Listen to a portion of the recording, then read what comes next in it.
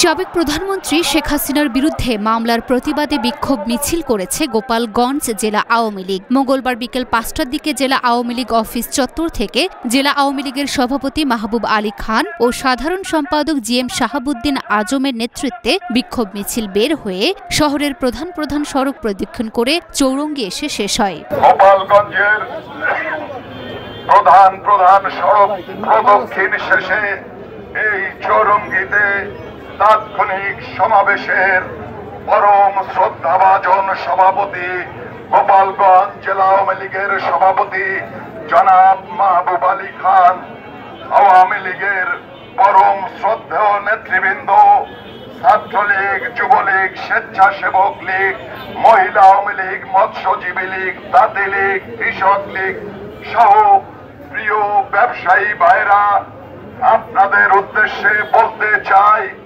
যে আজ শেখ হাসিনার নামে মামলা দায়ের করা হয়েছে।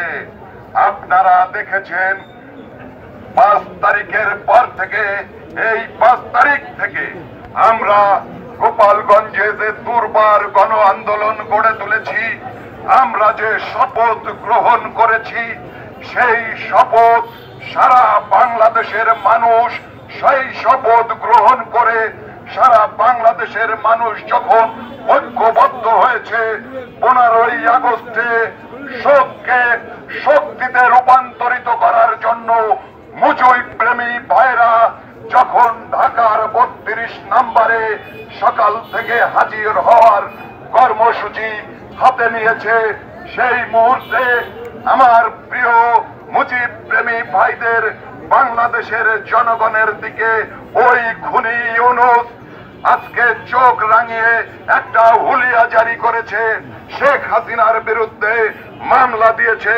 এতে জেলা আওয়ামী লীগের পাশাপাশি যুবলীগ, ছাত্রলীগের প্রায় ১০০০ খানেক নেতাকর্মী অংশ নেন। পরে শেখ হাসিনার বিরুদ্ধে মামলা দেওয়ার প্রতিবাদ জানিয়ে বক্তব্য দেন উপস্থিত নেতাকর্মীরা। লুনা আফরোজ, নিপা, ঢাকা পোস্ট।